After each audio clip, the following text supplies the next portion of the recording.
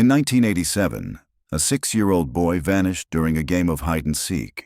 No witnesses, no ransom, no body.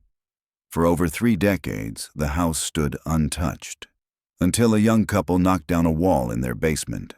Behind the plaster, bones, a rusted lunchbox, and a roll of undeveloped film.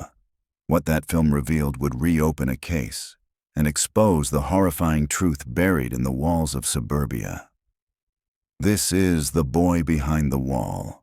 The basement smelled like damp earth and forgotten years. Lila Burnett stood in the half-light, holding a chisel in one hand and a dust mask in the other. Sam was already swinging the hammer, cracking through the plaster, their renovation dream finally underway. The first section crumbled easily. The second revealed something strange. A hollow thud, not the solid echo of cinder block. Sam paused, confused. He tapped again. Hollow. "There's something back here," he said. It took 15 minutes to pull the wall down, and when it gave way, the room fell silent. In the space between the walls sat a small skeleton curled like it had fallen asleep, arms crossed over its chest. Nearby, a faded red lunchbox, its hinges rusted shut, a child's sneaker, and beside it, a roll of 35mm film sealed in a dusty plastic canister. Lila stepped back, her heart thudding against her ribs. "Sam," she whispered.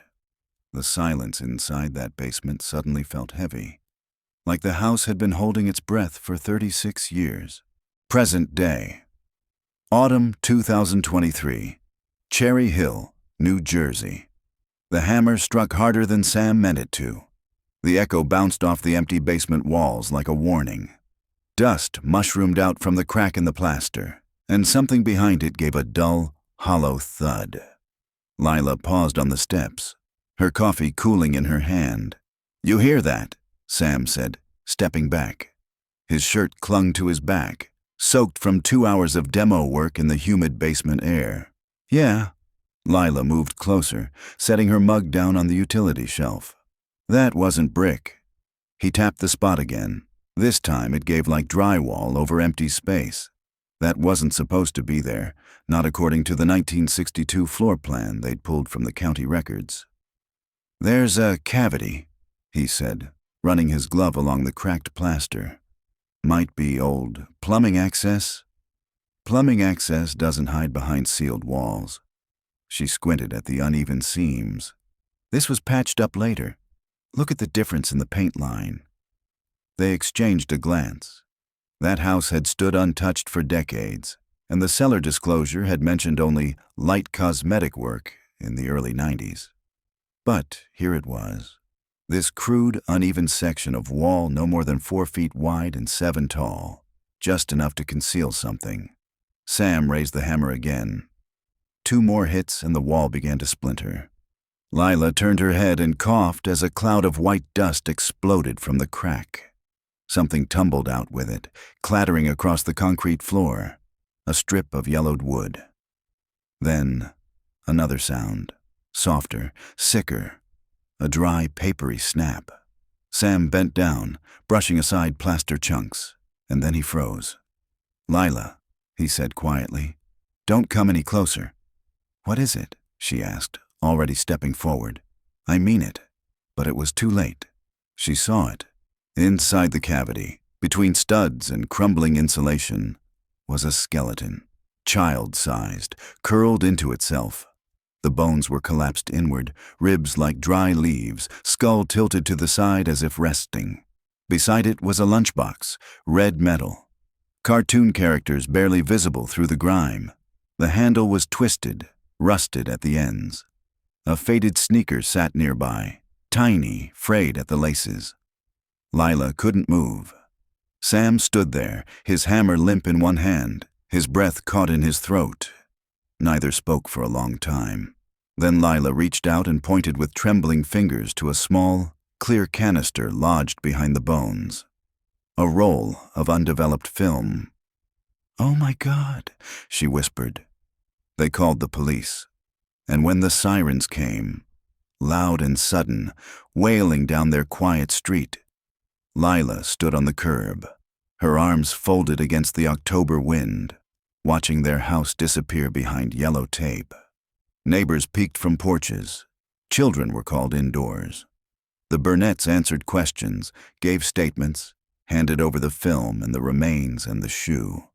And then they sat on the tailgate of an ambulance and waited for someone to tell them what the hell had just happened in their own home. The forensics techs took their time. They always did in these situations, not just because of evidence, because of history. The bones were old. Everyone could see that. But bones didn't bury themselves behind drywall. And the way the child was found, folded inward, arms across the chest, as if he'd simply given up, made every officer on scene a little quieter than usual. Lieutenant Dawson finally approached. "You two said you bought the house in June," he asked. Sam nodded. "Yeah. Original owner sold it through her grandson. She passed last year. We just moved in this summer." "Did the seller disclose anything strange?" Lila blinked. "Like what?"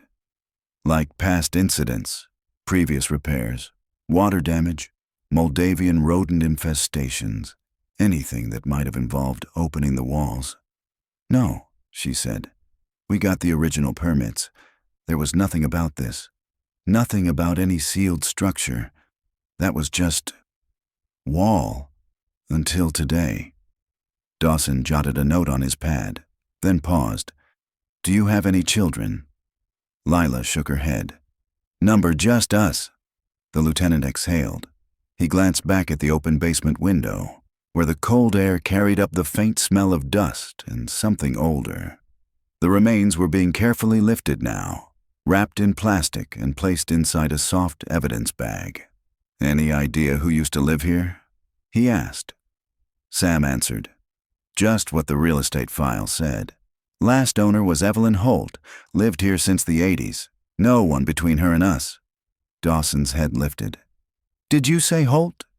"Yeah. Why?" The detective's eyes narrowed. "Was her grandson's name Ben?" Lila and Sam exchanged a look. "I think so. Ben Holt. He handled the paperwork. Came up from Baltimore for the closing."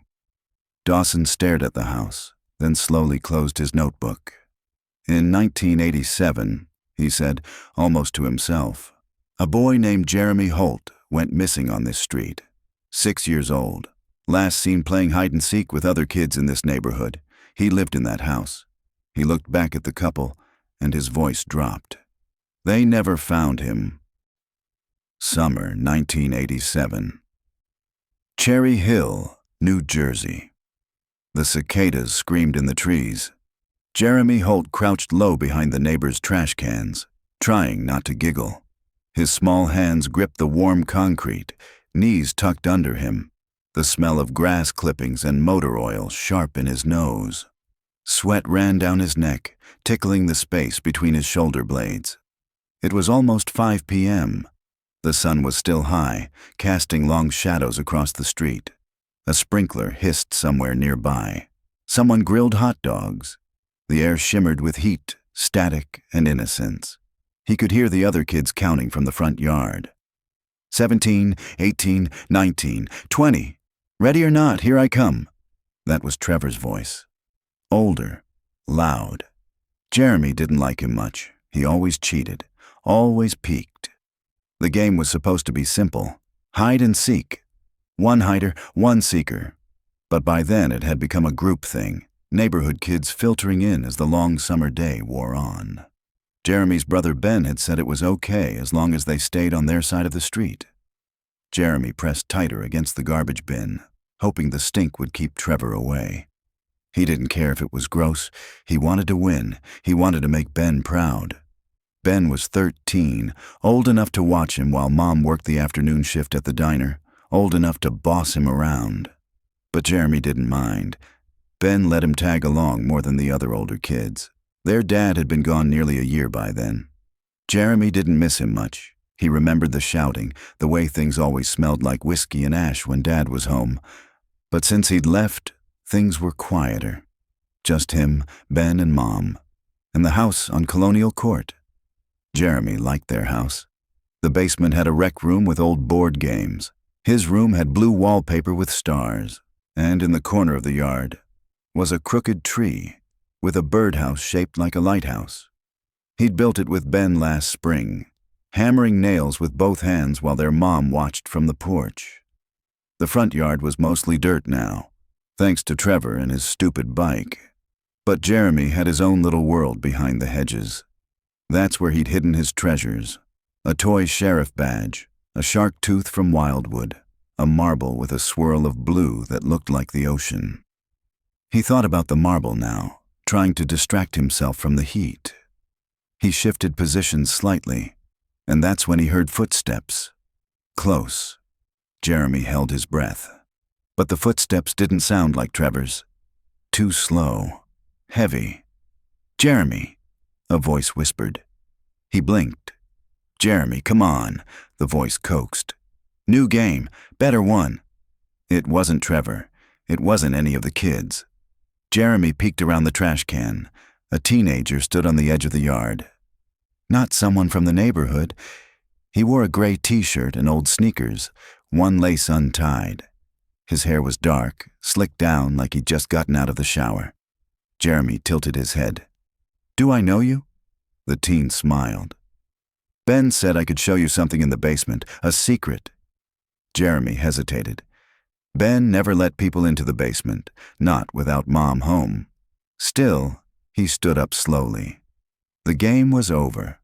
Trevor would find someone else, and secrets were cool. "Okay," Jeremy said. The teen held out his hand.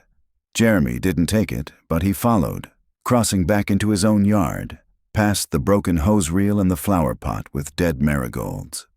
The side door to the house was cracked open. The teen stepped inside. Jeremy hesitated one more time, glancing back toward the street. The other kids were gone. Trevor was chasing someone across the lawns, laughing. Then Jeremy slipped through the door. It closed behind him with a soft click. Ben realized something was wrong around 6:30.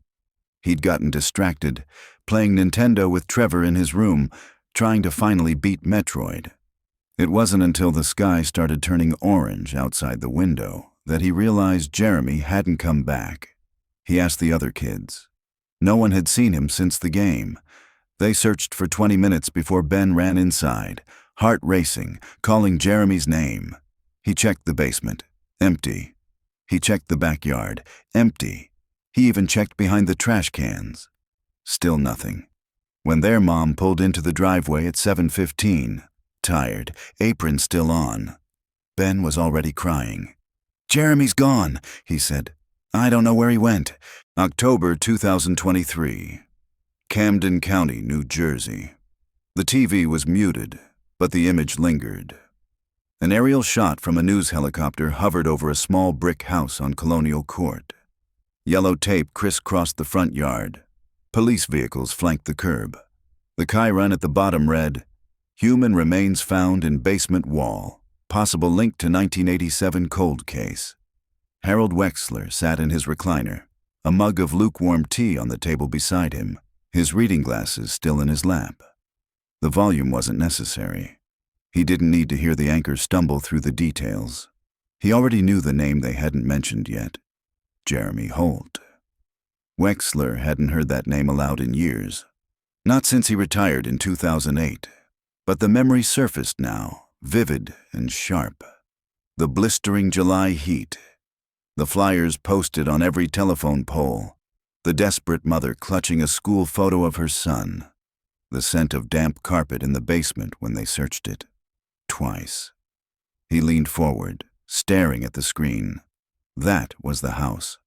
No question. Same faded shutters. Same sloped driveway. But now the crawl space had given up its secret. He didn't know what made his stomach twist more. The discovery, or the fact that it took 36 years to find. Back then, the call came in just after 8 p.m. A 6-year-old boy. Missing. Jeremy's mother had called in from the payphone at the corner gas station after Ben flagged her down mid-shift. She ran home, frantic, still in her stained uniform. Said her youngest son never wandered far, especially not after dark. Said he hated the dark. Said he knew better. Wexler remembered arriving on scene. The front yard scattered with children and concerned neighbors. The Holt boy's brother pacing barefoot on the porch, crying and trying not to. The mother, Danielle Holt, pale with rage and panic, her voice cracking as she told them over and over, "He wouldn't just leave. Someone took him. Someone took my boy." They canvassed the block, talked to every neighbor, put out an APB within the hour. By midnight, volunteers were combing the nearby woods, but there were no tire tracks, no signs of forced entry, no ransom call, no screams heard, no witnesses, just a child who disappeared. The backyard shed was empty, the attic untouched, the basement clean. Too clean. And yet there had been a smell down there, faint even then. Wexler had noted it, recorded it. But the air quality report had come back negative for rot or mold. He'd made a mental note to return, to dig deeper. But the captain had shut the case down after 3 weeks, told them it was likely a runaway. At 6 years old, they'd called it an open investigation. But by the fall of 1987, Jeremy Holt had become a name on a dusty file. The city had other problems. Wexler never let it go. Couldn't. Something about the way that house felt stayed with him. That low ceiling in the basement, the chipped paint, the too perfect carpet near the utility sink. Now, staring at the muted news footage, it all came rushing back. He picked up the landline, dialed slowly. The number hadn't changed since he'd last called 5 years ago. "Cherry Hill PD," said the woman on the line. "This is Harold Wexler. Badge number 1237, retired. I need to speak with whoever's running the Colonial Court investigation." Pause. "Colonial Court," she repeated, suddenly alert. "You mean the human remains case?" "Yes," he said. "Tell them to check the original case file. The boy's name was Jeremy Holt. I was the lead on it." He paused. "And tell them to look for my note about the basement. I don't care how long it's been. It was never just a missing kid. I knew it then."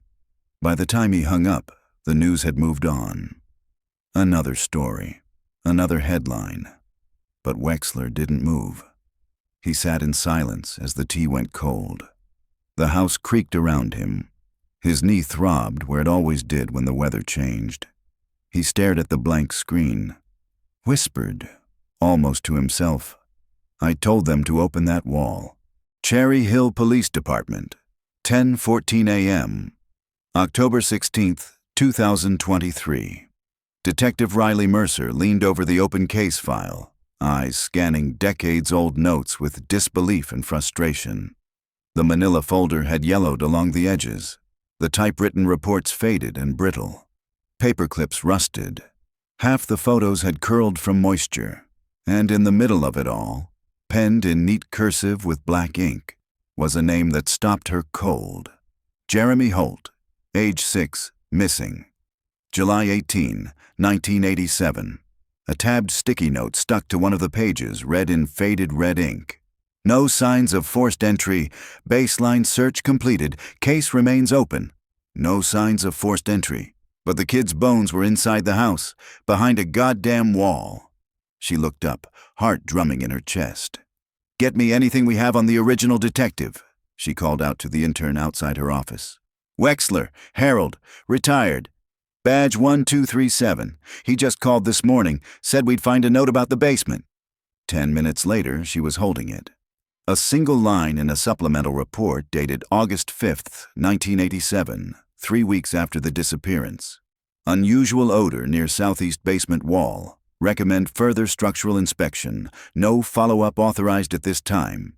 Signed, Detective H. Wexler." No follow-up, no inspection, nothing.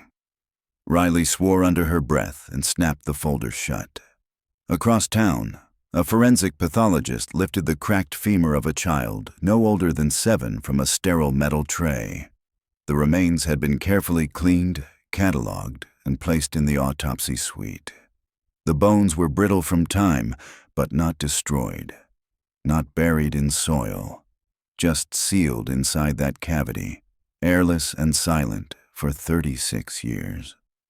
Dr. Julianne Rowe made the note quietly into her recorder. Estimated age of remains, 6 to 7 years. Initial visual confirms long-term indoor confinement, protected from elemental decay. Several stress fractures on ribs, possible premortem trauma. No obvious bullet wounds. Skull intact, cause of death undetermined. Film canister and metal lunchbox submitted to evidence techs for latent analysis. She paused, glancing at the small, rusted sneaker lying beside the tray. A child's name was written on the sole in faint permanent marker. Jeremy H. Back at the station, Detective Mercer paced. "So what's our timeline?" she asked the assembled team. "Forensics says the bones match the age range," answered Officer Chen. "Dental records are being pulled from state archives. The family's moved around, but we tracked down the older brother, Ben Holt. Lives in Baltimore, works in logistics. He's on his way here." "And the mother?" Riley asked. "Passed in 2011. Stroke," Chen replied. "No current address for the father. He left the family in '86, never resurfaced. Last known residence was in Trenton, but nothing recent." Riley's jaw tightened. "So that leaves the brother. Let's see what he remembers."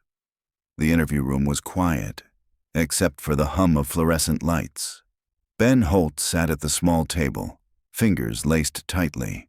Mid-40s, graying at the temples, shoulders slumped like someone who'd been carrying too much weight for too long. His eyes were bloodshot. His voice, when he spoke, barely made it across the table. "Are you sure it's him?" he asked. Riley sat across from him, hands folded. "We won't know for certain until dental confirmation, but the lunchbox, the film, the size, the wall. It's him, Mr. Holt."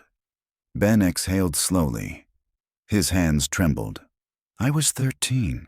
I was supposed to be watching him," he said. "We were playing hide and seek. I thought he went off with the other kids. I didn't even realize he was gone until it was too late." He leaned forward, elbows on the table. "We searched everywhere. Backyard, attic, even the stupid crawl space in the garage. But not the wall. Never thought to check inside the wall." Riley's voice was gentle but firm. "Do you remember anything unusual? Anyone around the house that day? Strange behavior? Workers? Friends of the family?" Ben's jaw worked.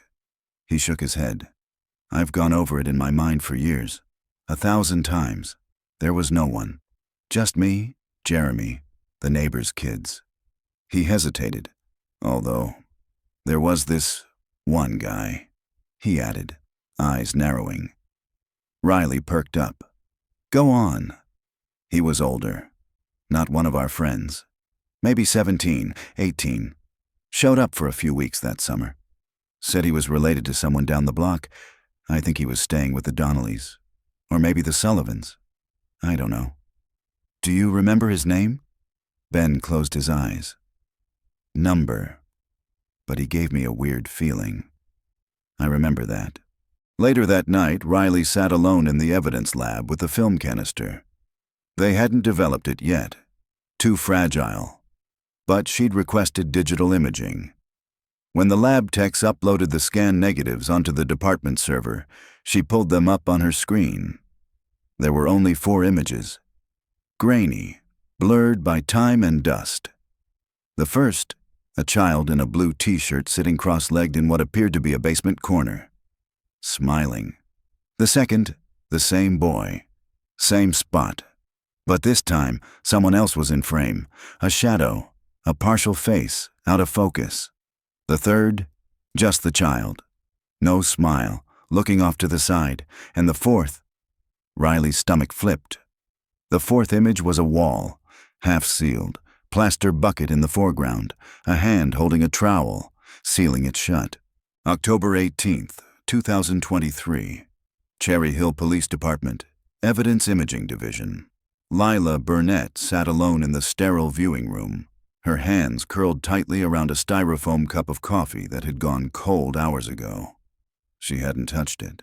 Her gaze remained fixed on the computer monitor across from her, the one that held 4 images no mother should ever have to see. "Take your time," said the tech beside her gently. "You don't have to look if it's too much." But Lila nodded. "I want to see everything." It had taken 2 full days for the forensic lab to develop the film properly. The roll was degraded, the emulsion eaten in places by time and air.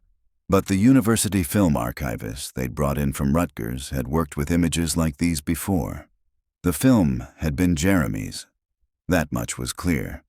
Probably shot on a disposable camera, the kind you bought at the grocery store counter for $6 in the 80s.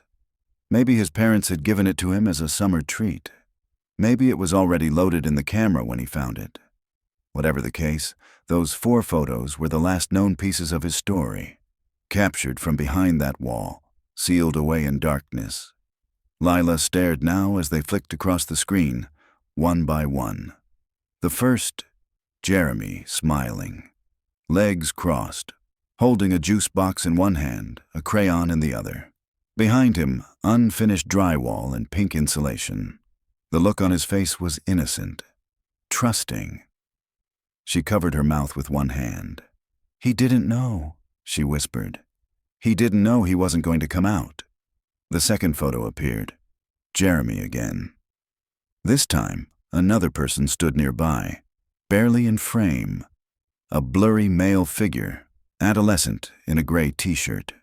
You couldn't see the face, just part of the torso and a bent knee. The boy was standing. Jeremy was sitting. "Can you enhance this?" she asked. "We're trying," the technician said. "We've run it through a few filters. Facial recognition software's struggling. The resolution is just too degraded, but—" He tapped a key. On the side of the teenager's shirt, faint but visible, were 3 blocky white letters. "Stay." "Could be part of a name," the tech offered, "or a local school, a team jersey, anything." Lila leaned closer. "I've seen that before," she said. "That shirt, that font." She didn't say it aloud, but she'd seen it in her dreams. The third image flicked on. Jeremy again, this time not smiling. His hands were on his lap, his face pale. He was looking slightly off camera, toward something or someone outside the frame. There was fear in his expression, or maybe confusion. Lila's heart thudded. What was he seeing?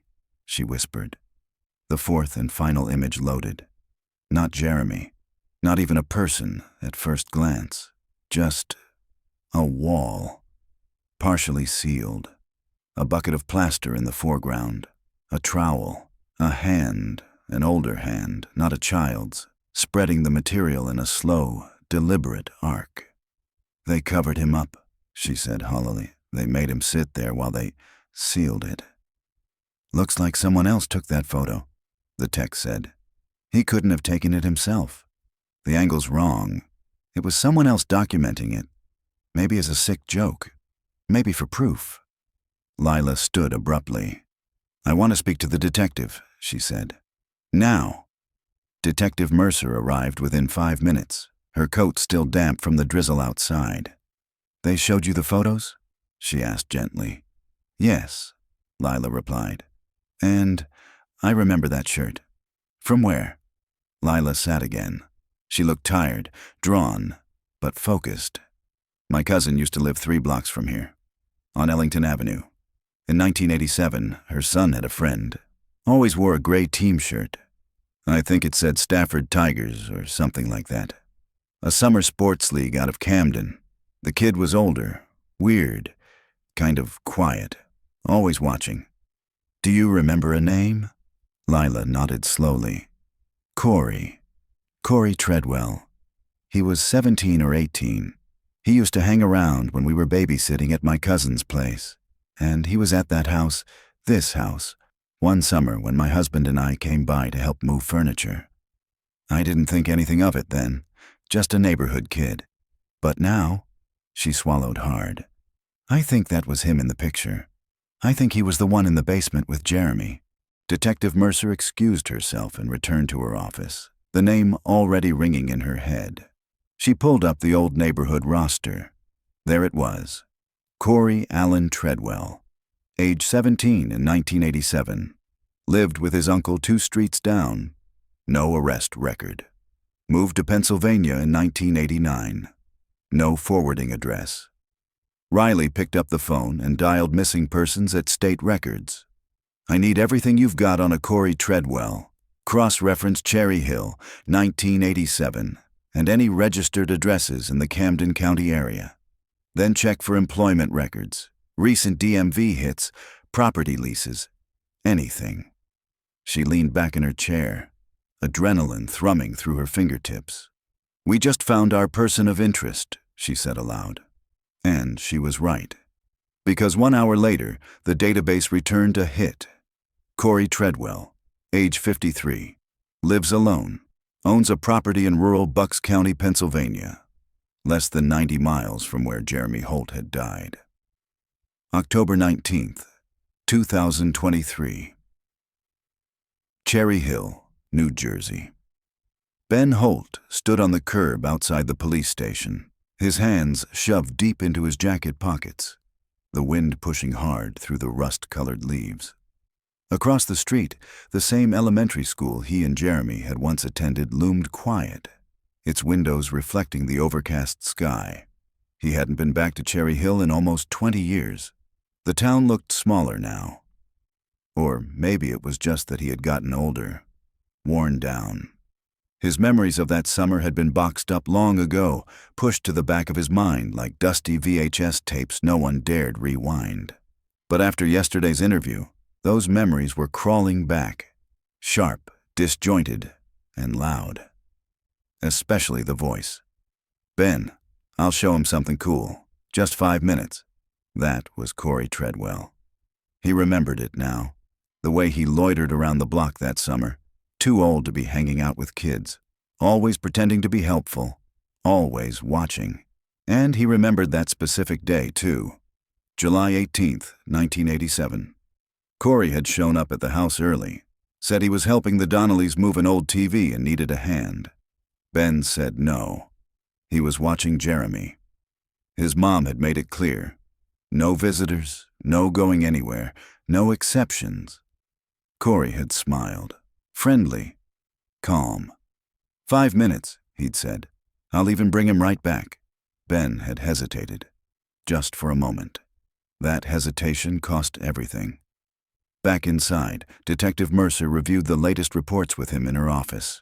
The images, the address, the hit on Corey Treadwell. He's living in Bucks County, she told Ben. No criminal record, no spouse, no kids. Owns a cabin off a state road near Milford. Ben stared at the floor. He said he'd bring him right back. Mercer softened her tone. You were 13. You trusted someone who didn't deserve it. This isn't your fault. Ben laughed bitterly. Tell that to my mother. She spent the rest of her life thinking Jeremy ran away because I wasn't paying attention. I let her think that. Because you believed it too, Mercer said. But Jeremy didn't run. Ben looked up. Number. He followed someone he thought was a friend. There was silence. Then he asked, What happens now? We have a warrant in process, Mercer replied. We're going to his property. If he's there, we'll bring him in. She paused, then added, And if he's not, we'll find him. This time, we're not going to let it get buried.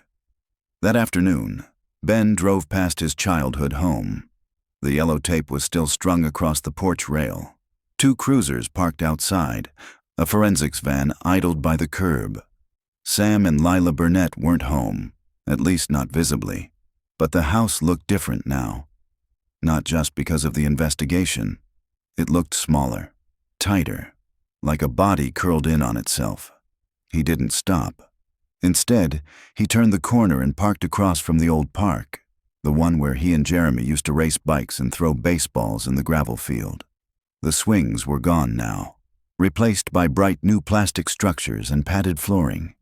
But the trees were the same, still gnarled and bent. still whispering when the wind blew just right. He got out of the car and stood there, staring across the empty field. And for the first time in over 3 decades, he let himself say it out loud. "I'm sorry, Jeremy." He said it once, then again, until the wind swallowed his voice and there was nothing left to say. October 20th, 2023. Oak Hollow Assisted Living, Trenton, New Jersey. The hallway smelled of bleach and wilted flowers. Detective Riley Mercer walked past open doorways where soft televisions murmured and wheelchairs rested like sleeping dogs. This was the place the case file had pointed her to. Thomas Holt, the father. Absent since 1986. On record as having walked out on his family. No contact in decades, until now. A recent Medicare update had flagged his residency at Oak Hollow. He'd been checked in under state guardianship after suffering a minor stroke and early-onset dementia. No listed family, no visitors. Mercer glanced down at her notepad. Room 214B. She knocked softly. A nurse poked her head out of the adjoining room. "Detective Mercer?" "That's me. He's awake, quiet today. Doesn't talk much unless something sparks him, but you're welcome to try." Mercer nodded and stepped in. The man in the bed was barely more than bone under skin. Wisps of gray hair framed a face deeply lined, the hollows beneath his eyes etched with a wear of time and consequence. He didn't turn when she entered. "Mr. Holt?" she said gently. No response. She took the chair beside his bed and sat. Quiet, present. Then she set a single photo on the table beside him. Jeremy from the first frame of the recovered film. Smiling, juice box in hand, blue t-shirt. Cross-legged in a dusty basement corner. The old man's eyes flicked toward it, and stayed. Mercer watched him carefully. "You know this boy?" she asked. A faint tremble passed through his fingers. "My name is Detective Mercer. I'm investigating the disappearance of your son, Jeremy Holt.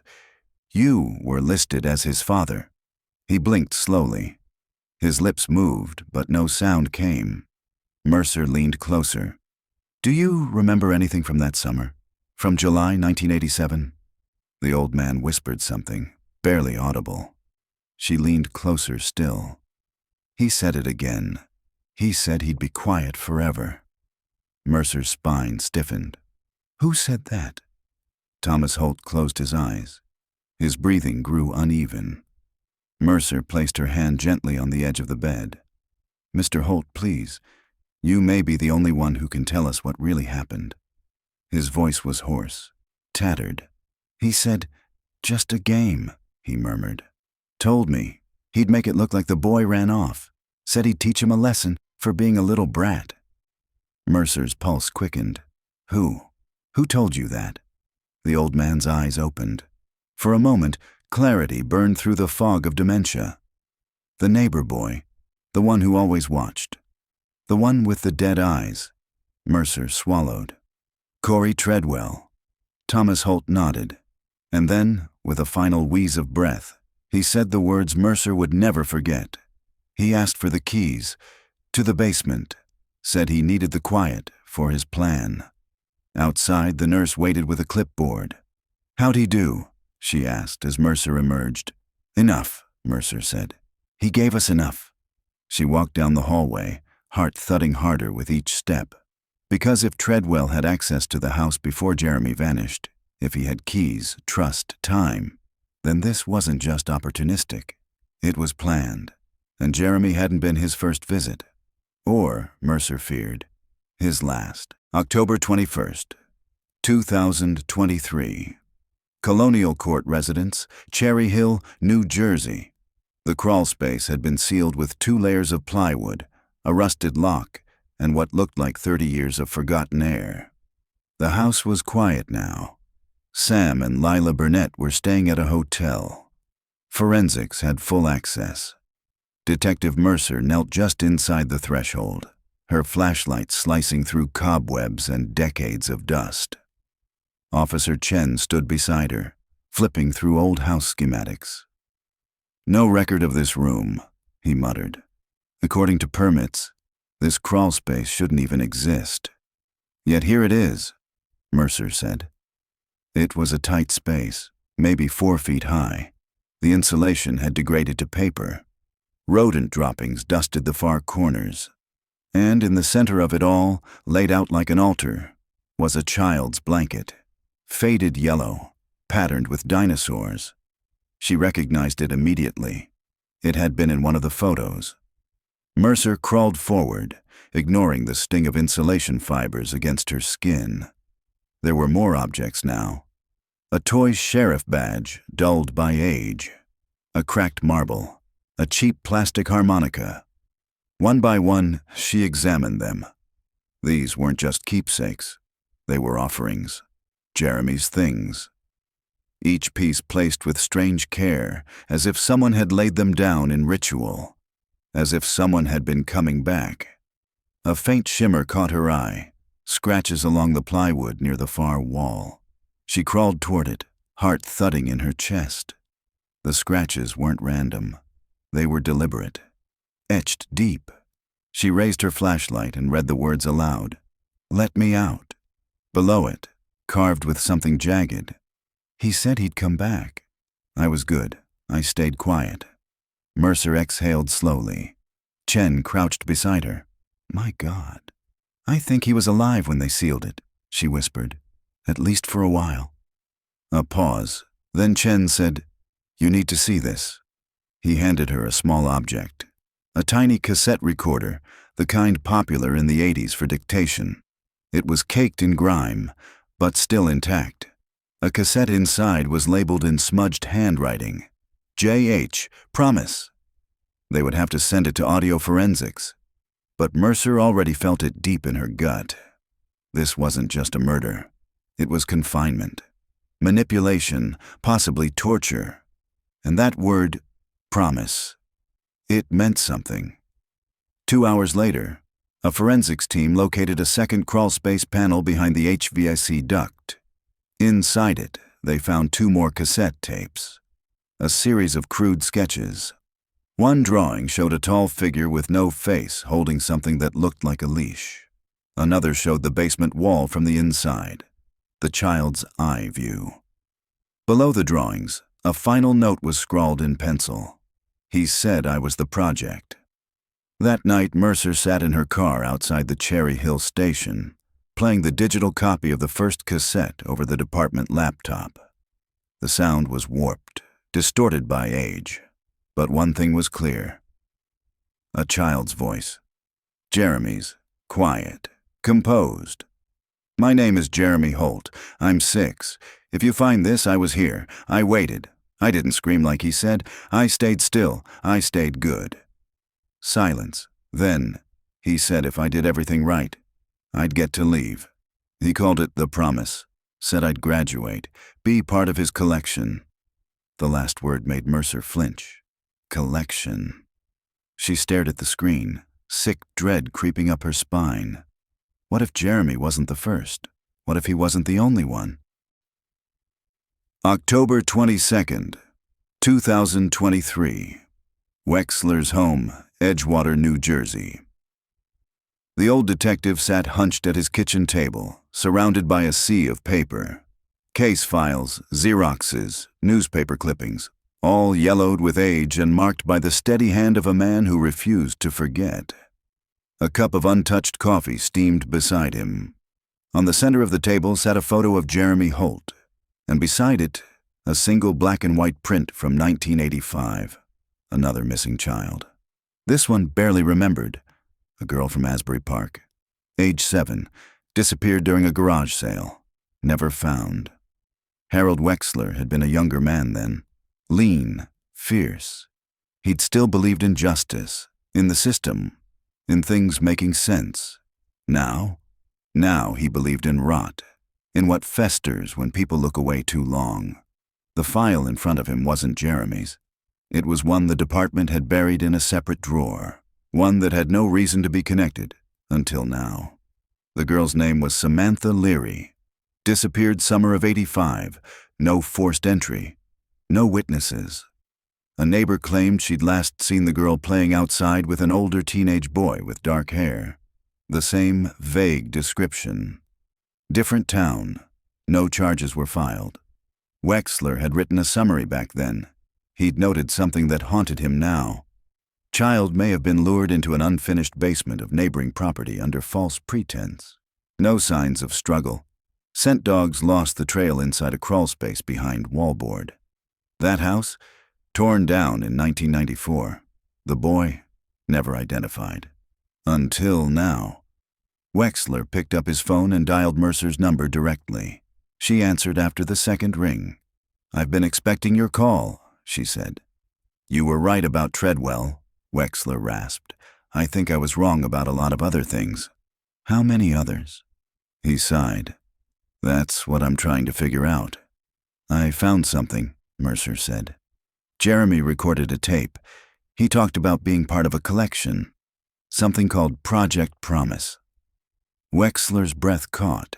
He hadn't heard that phrase in years, but it triggered something, a sick little echo in the pit of his gut. 1985, he said slowly. Samantha Leary case. The file I pulled just now. She used that phrase too. She wrote it on the back of her math homework 2 days before she vanished. There was a pause on the other end. "She was part of it," Mercer said, "just like Jeremy." Later that evening, Mercer and Chen stood in the evidence archive beneath Cherry Hill PD headquarters, poring over dozens of cold case files Wexler had flagged over the years. It was overwhelming, disorganized, intentionally neglected. "Here," Chen said, pulling one folder from the third cabinet. Kevin Maddox. Age 5. Disappeared 1983. Last seen in the basement of his grandmother's house in Edison. Another child. Another wall. Mercer shook her head slowly. "This isn't a case anymore," she whispered. "It's a pattern." She looked down at the cover of Jeremy's file. Holt, Jeremy Thomas. Age 6. Missing July 1987. Confirmed deceased October 2023. And then she said it aloud for the first time. This was a program. Across the state, Corey Treadwell sat alone in his cabin. He hadn't seen the news. He didn't have internet. But he knew. He'd seen the unmarked car in town yesterday. The way the waitress at the diner avoided his eyes. The extra patrol that looped the woods after dark. They were coming. Still, he wasn't afraid. Not really. Because they wouldn't find the others. Not unless they knew the coordinates. Not unless they knew the rules. October 23rd, 2023. Cherry Hill, New Jersey. The door opened on the third knock. Marjorie Donnelly stood in the doorway, thinner than Riley Mercer remembered, her once steely hair now white, her back bowed slightly by time. She looked like any grandmother in the suburbs, but Mercer had long since stopped trusting appearances. "I knew you'd come," Marjorie said softly, voice like rustling paper. "Come in." They sat at the kitchen table, the same one from the old neighborhood block parties, the PTA meetings, the summer lemonade sales. It was all still there, the linoleum tile, the dusty radio, the smell of old sugar and mothballs. But the house felt colder now, heavier. "You knew about Corey," Mercer said. Not a question. Marjorie looked down at her teacup. "We all did." Mercer's jaw tensed. "Who's we?" A long pause. Marjorie's hands trembled slightly as she adjusted her cup on its saucer. "The Donnellys, the Sullivans, the Bergs, that whole side of the block. We all knew something was wrong that summer. Why didn't anyone report it?" "We did. Some of us tried," she said. "But his uncle worked for the township, parks department, had friends in the mayor's office. They made it go away." Marjorie's eyes finally met Mercer's. "And none of us wanted to admit the truth. That a boy we saw every day could do something like that. That we'd invited it into our lives." Back in 1987, Corey Treadwell had floated between homes.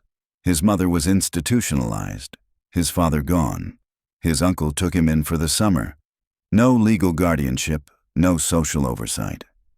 He worked long hours, left Corey unsupervised. Corey was always in someone's yard, fixing fences, walking dogs, offering to babysit. It had seemed harmless, polite. But one afternoon, Marjorie said, her youngest daughter came inside crying. Said Corey had tried to show her a secret game in the basement. Said he told her about a club, a special place for kids who listened. Marjorie had pulled her daughter inside, locked the doors, and told the neighbors. And that's where the pact was made.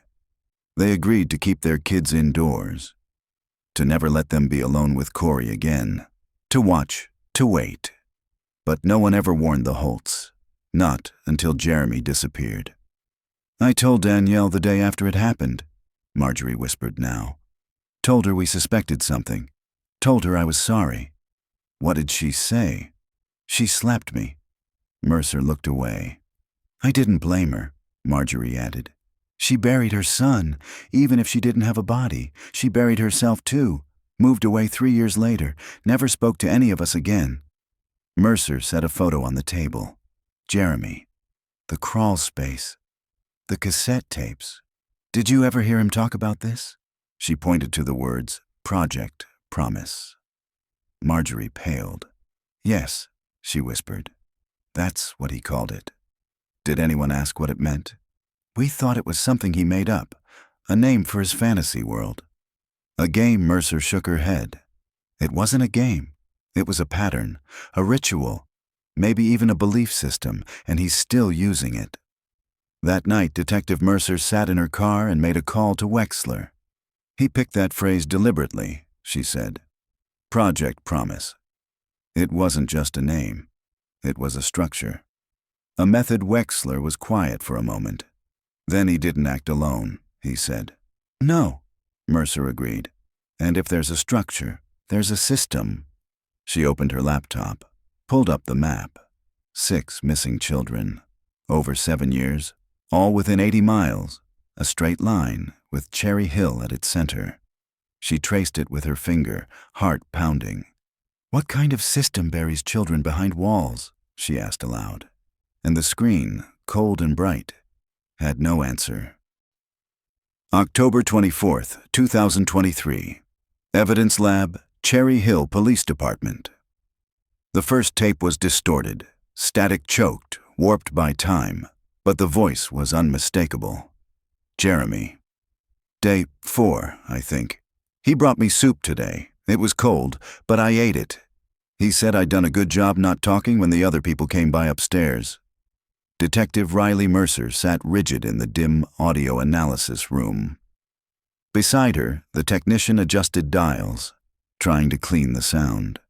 He said I'm part of a graduation group, that after I finish the promise, I'll get to live in a better place, somewhere no one can hurt me.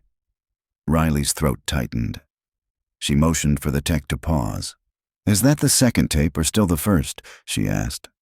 First, he said. The second gets worse. The second cassette had a sharper hiss, like someone had recorded over parts of it. There were gaps, long ones, but when the audio returned, the tone had changed. He brought someone else today. Said her name was Sam. She's younger than me. I think she's scared. A pause, a low sound, a sob. He said we'd take turns with the flashlight, that we had to earn it. Be still, be quiet. That's how the rules work. Another pause. I heard him fixing the wall again. Hammer sounds. He's making it thicker. Mercer closed her eyes. Another child. Sam. Samantha Leary. Disappeared in 1985. Somehow Jeremy had been there with her, or at least heard of her. Had they been confined together, one after the other? What did graduation mean? Tape 3 was shorter, only 22 seconds. A different voice entirely. Male, older, calm. This concludes Phase 2. Subject Holt remains compliant. Minor emotional instability following cohabitation with Subject SL, now removed from the program. Subject shows strong response to reward-based stimuli. Structural integrity of enclosure remains sound. The voice paused. Recommend continuation. Estimated window for transition, 4 to 6 weeks, awaiting external directive. Riley froze. External directive? She repeated aloud. The technician looked up. You think this was organized? She rewound and replayed the clip, this time letting it roll into the faint hum at the end. Transition. Awaiting external directive. Mercer stood and walked straight to the digital forensics team. Pull everything from that voice, she said. Run it through the federal database. Any recorded psychiatric sessions, court transcripts, police interviews, anything. The analyst nodded. We're on it. She didn't wait. She walked back to her office and called Wexler. You were right, she said, voice tight. There was a system. Jeremy wasn't just a victim.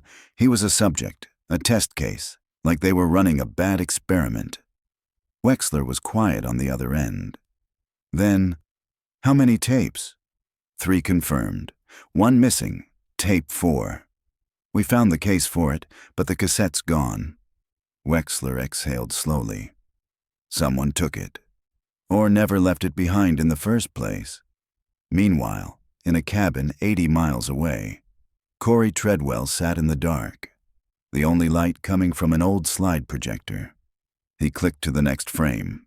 Children, 8 of them, some smiling, some terrified, all catalogued in grainy, chilling black and white.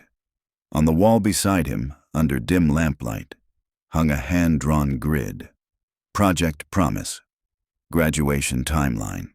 5 names were crossed out. 3 remained. Below them, in red marker, was one last word.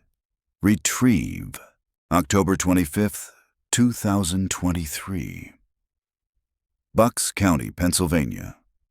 The cabin sat at the end of a gravel path, half swallowed by pines, its windows dark, its porch sagging like a mouth drained of breath.